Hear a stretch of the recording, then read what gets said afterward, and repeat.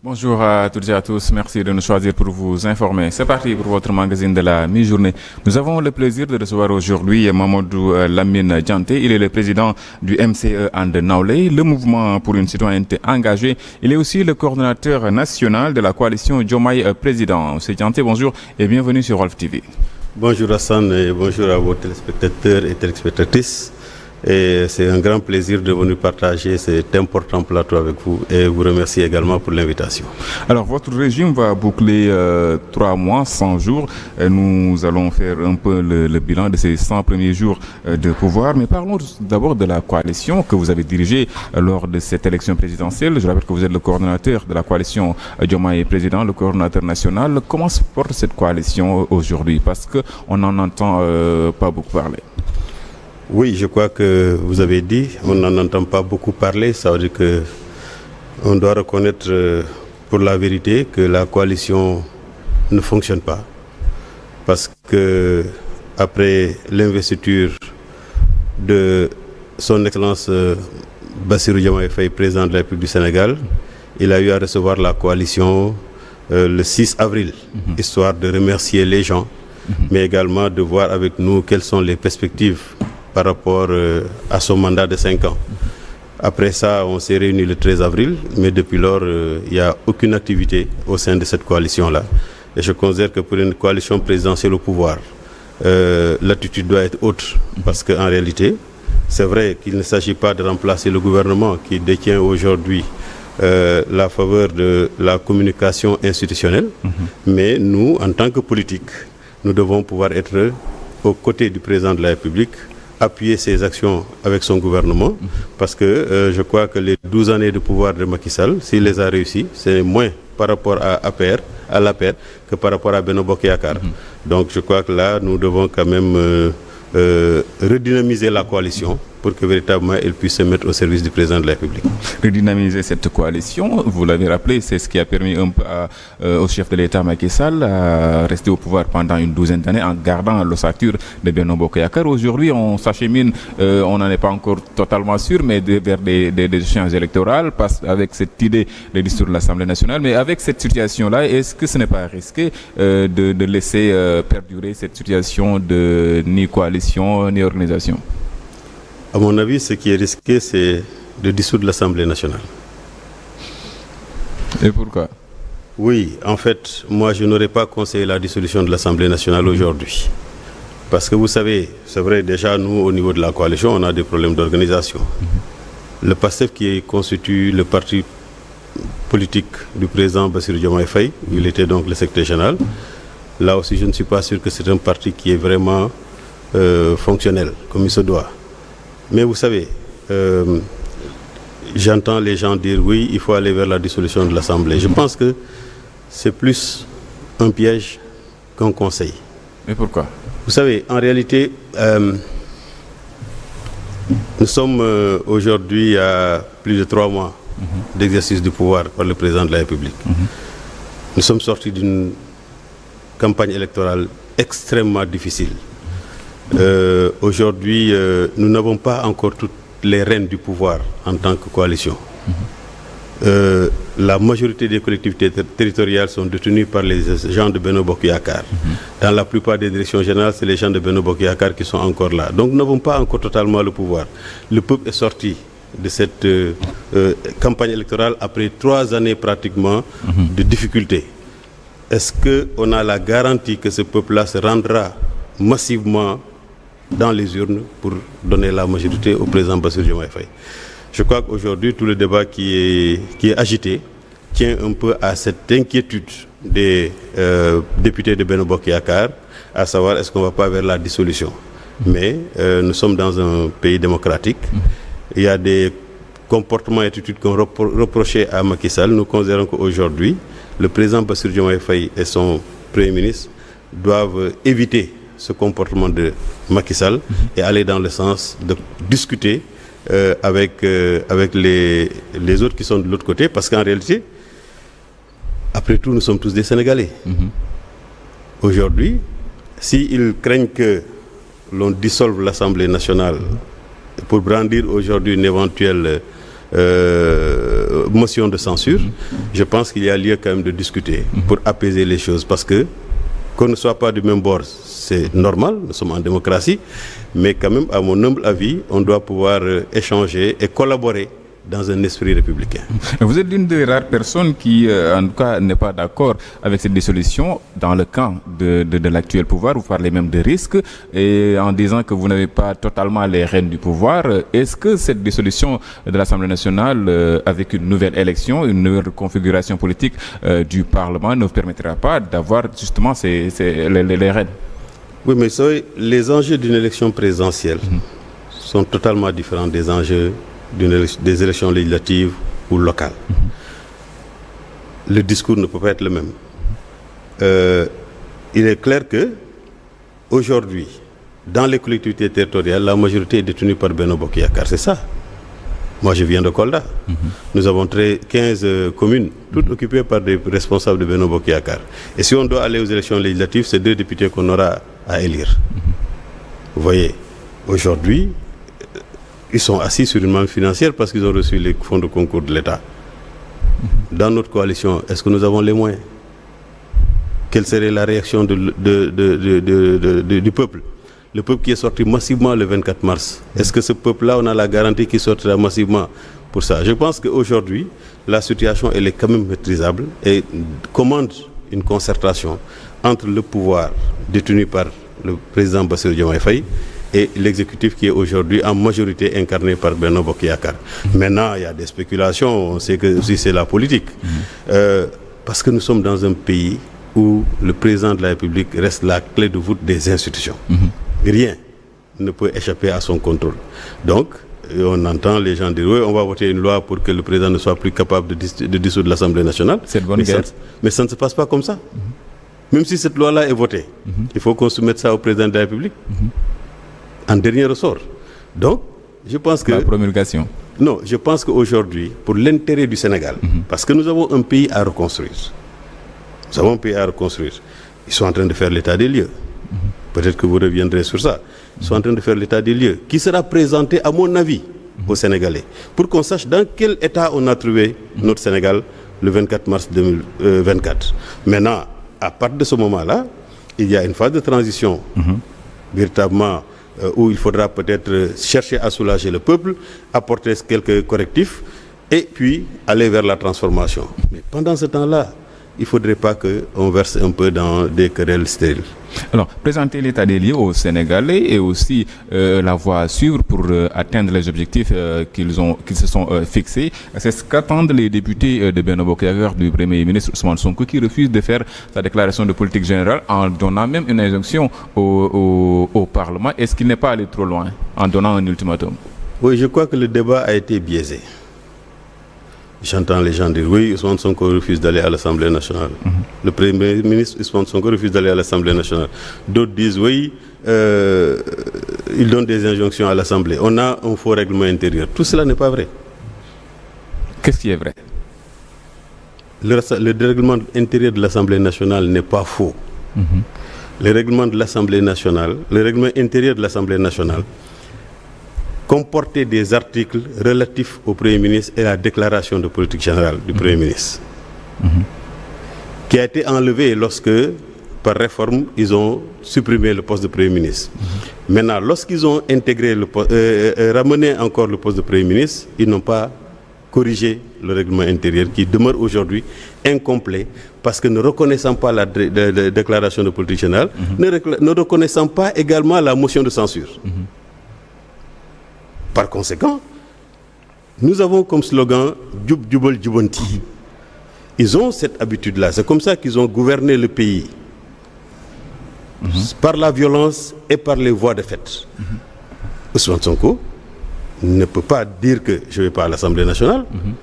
Ousmane Sonko a dit, pour qu'il puisse aller à l'Assemblée nationale, il faut que le règlement intérieur de l'Assemblée nationale soit conforme avec sa venue à l'Assemblée nationale, avec la présentation de la déclaration de politique générale et tout ce qui s'ensuit. Maintenant, le débat, il est simple. Ousmane Sonko, aujourd'hui, il a dit que sa DPG est prête. Ousmane Sonko ne peut pas être le porte-étendard du projet. Avoir écrit des livres sur le projet.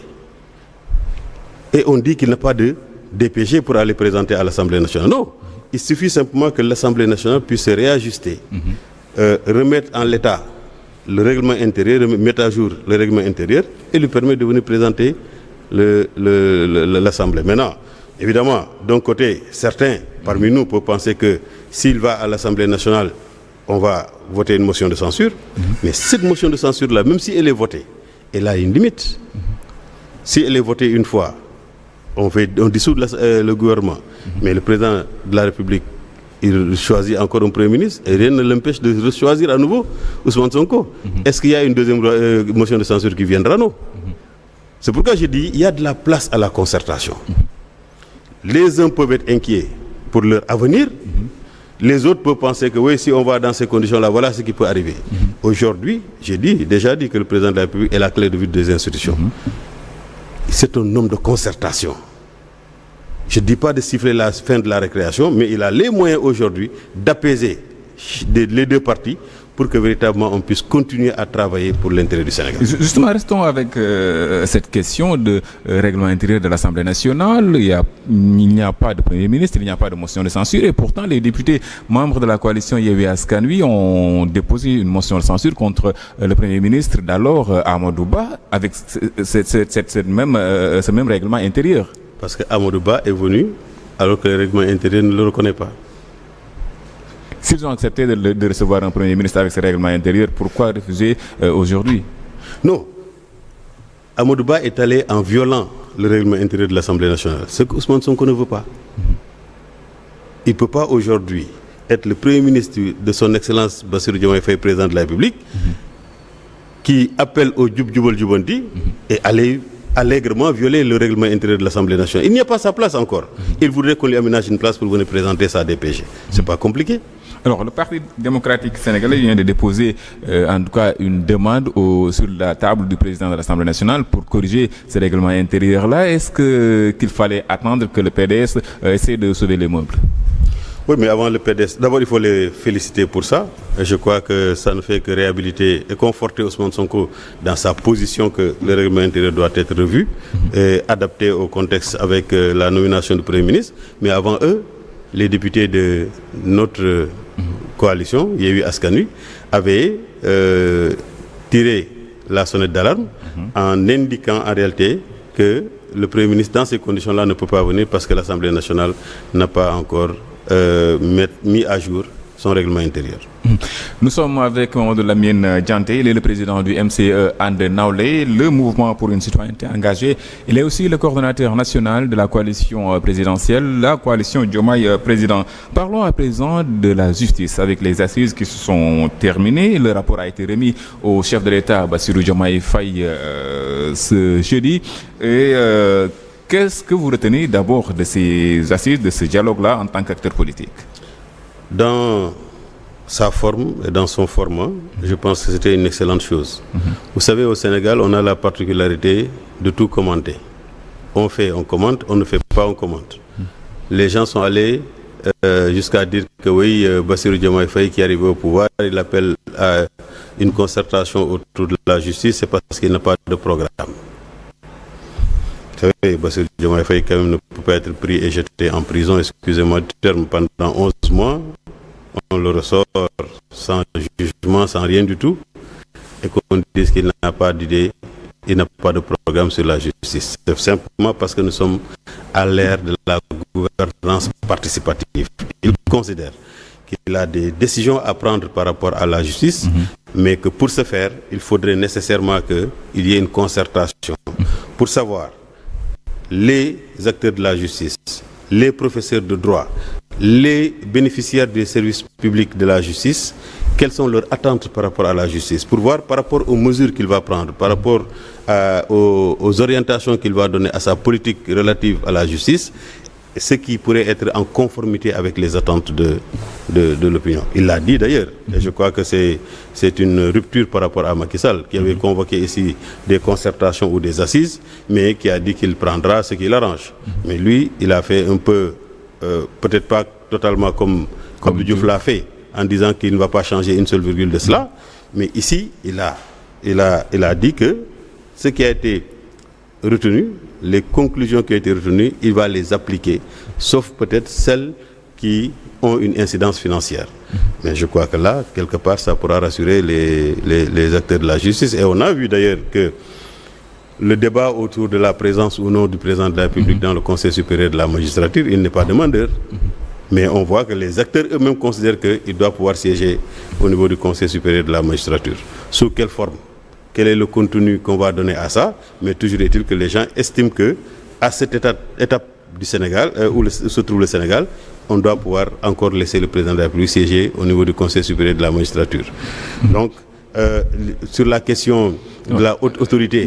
D'abord, sur cette question du Haut Conseil de la magistrature, c'est une question qui pose problème parce qu'avant votre arrivée au pouvoir, le débat penchait plutôt du côté de la sortie du président de cette cour. Aujourd'hui, le chef de l'État dit ni oui ni non et laisse tout à l'appréciation des acteurs. Ah non, il ne dit pas ni oui ni non. Ni oui ni non, ça appartient à quelqu'un d'autre. Mais c'est ça l'intérêt des concertations. Il aurait fait, ça ne rencontre pas l'assentiment des acteurs. Ça peut créer des frustrations. Mais il laisse les questions ouvertes. Les gens discutent, lui font des propositions qui, pour cette question précise, divorcent avec sa position avant l'élection présidentielle. Mais qu'est-ce qu'il va faire? Attendons de voir. Lui, il pense qu'il ne devait pas siéger au niveau du Conseil supérieur de la magistrature. Les acteurs qui se sont réunis ont estimé que le président a sa place au niveau du Conseil supérieur de la magistrature. Donc on est face à deux situations. C'est-à-dire donc lui, la posture qu'il avait divorce d'avec le sentiment des acteurs. Maintenant, essayons de voir ce qu'il va faire. Mais également, je crois qu'ils vont argumenter pourquoi ils pensent que le président de la République doit siéger au Conseil supérieur de la magistrature. Parce que certains pensent qu'il ne faut pas encourager une république des juges. Vous savez, la justice, elle est dans ce qu'elle est. C'est la justice des hommes, ce n'est pas la justice divine. Non, c'est la question qui n'a pas encore de réponse, mais d'autres questions ont trouvé des réponses avec des propositions, des recommandations présentées hier par le facilitateur général de ces assises-là. Mais parlons d'abord de ce qui manque ou bien ce qui n'a pas été trop mis en accent, c'est les pouvoirs exorbitants du procureur de la République. Aujourd'hui, quand on lit la partie du rapport, en tout cas ce qu'on a eu de ce rapport-là, et quand on a entendu professeur Babacar Gueye lire quelques recommandations, on n'a pas senti la nécessité, en tout cas la volonté de diminuer ce pouvoir-là. Oui, mais vous savez, quand on dit la justice, elle est rendue au nom du peuple, c'est vrai, mais la justice doit servir d'abord le peuple. Le procureur ou le parquet de façon générale, c'est le maître des poursuites. C'est vrai qu'il va juger de l'opportunité de telle ou telle autre poursuite, mais c'est quand même le maître des poursuites. Et je pense que c'est vrai que les gens ont toujours critiqué les pouvoirs exorbitants du procureur. Aujourd'hui, que le président ne veuille pas tout de suite appliquer son programme sur la justice pour qu'après les gens aient à redire, il laisse les acteurs se concerter entre eux et on propose la même chose. On considère que c'est le point de vue des acteurs. Maintenant, si après tout il y a donc le juge des libertés qui se met en place, on pense que quelque part, même si ça n'équilibre pas un peu les pouvoirs du procureur, mais ça éviterait un peu les retours de parquet interminables, mais également les placements trop faciles sous mandat de dépôt. Je pense qu'aujourd'hui, on essaie quand même de corriger, mais il faut dire quand même que le procureur de la République doit avoir une certaine position dans le système judiciaire. Maintenant, à mon humble avis, il ne doit pas pouvoir être, même s'il est sous la tutelle du ministre de la Justice, mais quand même, on doit pouvoir lui aménager un peu un certain espace d'autonomie dans lequel il va se mouvoir pour ne pas être toujours sous la dictée du ministre de la Justice, qui reste quand même un homme avec ses desiderata, qui pourrait donc, pour des intérêts personnels ou les intérêts de son régime, on l'a vécu sous Macky Sall, mettre le pays sens dessous à travers le procureur. Parlant toujours de justice, le chef de l'État, Bassirou Diomaye Faye, a envoyé les corps de contrôle dans à peu près 70 organismes publics. Finalement, la question est, que cherche le pouvoir? Oui, vous savez, c'est important que... votre question, elle est importante. Parce que moi, à mon humble avis, ce que le président Bassirou Diomaye Faye est en train de faire, c'est faire l'état des lieux. Peut-être d'abord sur le plan économique, sur le plan administratif, et peut-être sur d'autres plans. Parce qu'à mon avis, sa gouvernance doit s'articuler autour de 3 points principaux. Premier point, faire l'état des lieux et le présenter aux Sénégalais pour que chaque Sénégalais puisse savoir dans quel état le président Bassirou Diomaye Faye a trouvé le Sénégal, dans quel état Macky Sall nous a laissé le pays. C'est important de faire les audits, de faire la publication des rapports et puis après de présenter ça aux Sénégalais pour que nul n'en ignore. Deuxième moment important à mon avis, c'est la transition. Parce que on ne peut pas trouver le pays dans certaines situations et vouloir tout de suite appliquer le programme, le nouveau programme qui est le projet de PASTEF. Donc, ce qu'il faut soulager les populations. Il faut gérer le quotidien. Il faut régler les urgences. C'est ça que j'appelle la transition. La question de la baisse du coût de la vie qui a été faite récemment entre dans, pour moi, les mesures de transition. Avant maintenant la troisième étape, qui est la transformation à travers l'application du projet de PASTEF. Nous allons parler de transition et d'application de ce projet-là, mais restons un peu sur cette question d'audit. Finalement, est-ce qu'on ne risque pas d'aller vers ce qu'on pourrait appeler la chasse aux sorcières? Non, ce n'est pas la chasse aux sorcières. Mais vous savez, tous les jours que moi je sors au Sénégal, je rencontre des Sénégalais qui me disent il y a quelque chose qui est important, c'est la reddition des comptes. Ça devient donc une demande sociale. Et je pense que c'est vrai, le président Bassirou Diomaye Faye a aménagé un petit espace en proposant à certains de transiger. Pour ça, de ceux qui sont épinglés par les rapports, qui détiennent l'argent du contribuable, qui ont détourné les deniers publics, d'aller vers les institutions où ils pourront présenter ce qu'ils ont avec la possibilité d'avoir peut-être une commission, comme le dirait l'autre. Mais jusqu'à quel moment les Sénégalais sont impatients de voir la reddition des comptes, qui ne peut nullement être une chasse aux sorcières. Parce que ces gens-là, c'est des gens qui sont connus, qui sont épinglés par des rapports. Il faut bien qu'ils puissent rendre compte. D'autant que cet argent-là appartient au peuple sénégalais. Et le combat du président Bassirou Diomaye Faye et de son Premier ministre, c'est que ce qui appartient aux Sénégalais retourne aux Sénégalais. Justement, sur cette reddition des comptes, est-il pertinent d'envoyer encore des corps de contrôle faire des rapports alors qu'il a plusieurs rapports sur sa table qui ne sont toujours pas exploités?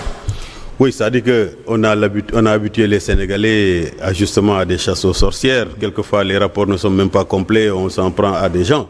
Mais vous voyez, aujourd'hui, ils avancent lentement et sûrement. Les rapports ont été publiés, les Sénégalais savent ceux qui ont été épinglés, mais on n'oublie pas également le principe de la séparation des pouvoirs. Tout à l'heure, vous avez parlé du pouvoir exorbitant du procureur. Mais il reviendra au procureur de faire les poursuites nécessaires et c'est lui qui juge de l'opportunité des poursuites. Et on considère qu'à partir de ce moment-là, quand le procureur va le faire, on ne dira pas que c'est Bassirou Diomaye Faye qui l'a envoyé, c'est le ministre de la Justice qui l'a envoyé, ou bien celui qui a le bon dos, qui est le Premier ministre Ousmane Sonko, on dira voilà, il est encore en train de prendre sa revanche. Mais je crois que les choses viendront. Mais toujours est-il que moi, ce que je reçois des Sénégalais, la demande sociale urgente, c'est la réduction des comptes et je crois qu'on doit aller vers ça. Maintenant, la réduction des comptes, ça ne veut pas de prendre les gens et les mettre en prison comme c'était trop facile du temps de Macky Sall. Mais Mamadou Lamine Dianté a été épinglé par un rapport. On entend Mamadou Lamine Dianté parce que la demande doit être contradictoire. Il apporte des réponses par rapport à ça. S'il s'avère qu'il est coupable, soit il restitue l'argent, soit alors la justice dira ce qu'il faudra faire de lui. Est-ce qu'il n'y a pas de risque que Bassirou Diomaye Faye copie Macky Sall qui avait posé recours sur beaucoup de rapports? Non, je pense pas on attend encore la réaction par rapport aux rapports qui sont déjà sur sa table. D'ailleurs, celle relative au fonds Covid, qui a fait couler beaucoup d'encre et de salive. Oui, peut-être que la justice n'est pas encore entrée en jeu. Mais ma conviction, c'est que le président Bassirou Diomaye Faye ne peut pas mettre le coude sur les rapports. Mais oui, ça c'est un aspect de la gestion de Macky Sall. Mais ils ont utilisé ça aussi pour accélérer la transhumance. Ça a été déjà expérimenté avec Abdoulaye Wade, ça a été le cas également sous Macky Sall. Mais je crois qu'aujourd'hui, la seule préoccupation du président Bassirou Diomaye Faye et de son Premier ministre, c'est comment faire en sorte que ce qui appartient au peuple sénégalais retourne au peuple sénégalais. Mamadou Lamine Dianté, président du MCE And Nawlé, le mouvement pour une citoyenneté engagée. Je le disais en début d'édition, vous êtes en train de boucler 3 mois de pouvoir. En parlant de bilan de ces 100 premiers jours, vous avez évoqué la transition.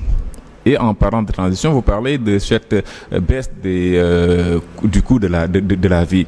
Aujourd'hui, l'application, est-ce qu'elle est effective? Est-ce que cette baisse-là est en tout cas suffisante pour pouvoir soulager le Sénégalais? Elle ne peut pas être suffisante parce que la transformation n'a pas encore commencé. C'est les mesures conjoncturelles. Vous savez, les 100 jours du président Bassirou Diomaye Faye, c'est sans commune mesure avec les autres régimes. Aucun régime, depuis l'indépendance du Sénégal, n'a fait autant que le régime du président Bassirou Diomaye Faye pendant les 100 premiers jours. Les gens ont souffert du népotisme qu'il y avait dans les nominations, etc. Mais le président Bassirou Diomaye Faye a montré que le Sénégalais le plus compétent, il le met au niveau des postes. Le ministre des Forces armées, le ministre de l'Intérieur, le ministre des Finances, de l'économie, ne sont pas des membres de PASTEF. Vous voyez? Donc ce sont des ministères de souveraineté. Il a travaillé à rationaliser la composition du gouvernement à 25 ministres. Les gens avaient pensé que ce n'était pas possible. Quand on a dit on va soulager les populations en réduisant le coût de la vie, les gens avaient dit que c'était impossible, c'était un éléphant blanc. Pourtant, ça a été fait. Les licences de pêche ont été soit annulées ou réformées. Donc, ça veut dire que le président Bassirou Diomaye Faye a donné aujourd'hui des signes rassurants de sa gestion. Et je crois qu'au bout de 5 ans, quand il sera l'heure de présenter le bilan, les Sénégalais comprendront qu'ils avaient raison de lire le président Bassirou Diomaye Faye à la tête du pays. Mamadou Lamine Dianté, merci à vous. C'est moi qui vous remercie. Mamadou Lamine Dianté, président du mouvement pour une citoyenneté engagée, MCE And Nawlé, coordinateur national de la coalition Diomaye Président, était notre invité dans ce magazine de la mi-journée. Merci à vous aussi, amis téléspectateurs, pour la fidélité.